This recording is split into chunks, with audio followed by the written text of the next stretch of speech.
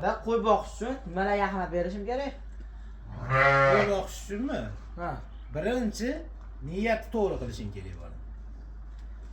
Allohdan so'rashing kerak, niyatni qilib, "Ey pok Parvardigor, qo'yda baraka bor degansan, seni yo'lingda, seni roziliging uchun qo'y boqishni niyat qildim.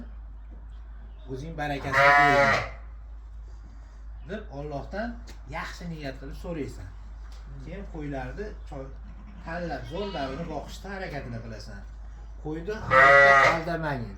Yemni ozgina berib, bu qilib aldasang, o'zing aldagan bo'lasan. Tushundingmi bola? Bu qo'ylar jannatdan chiqqan bir Allohning mo'jizasi. Tilsiz, johsiz narsada bularni har bitta yeyotgan nimasiga javob berish.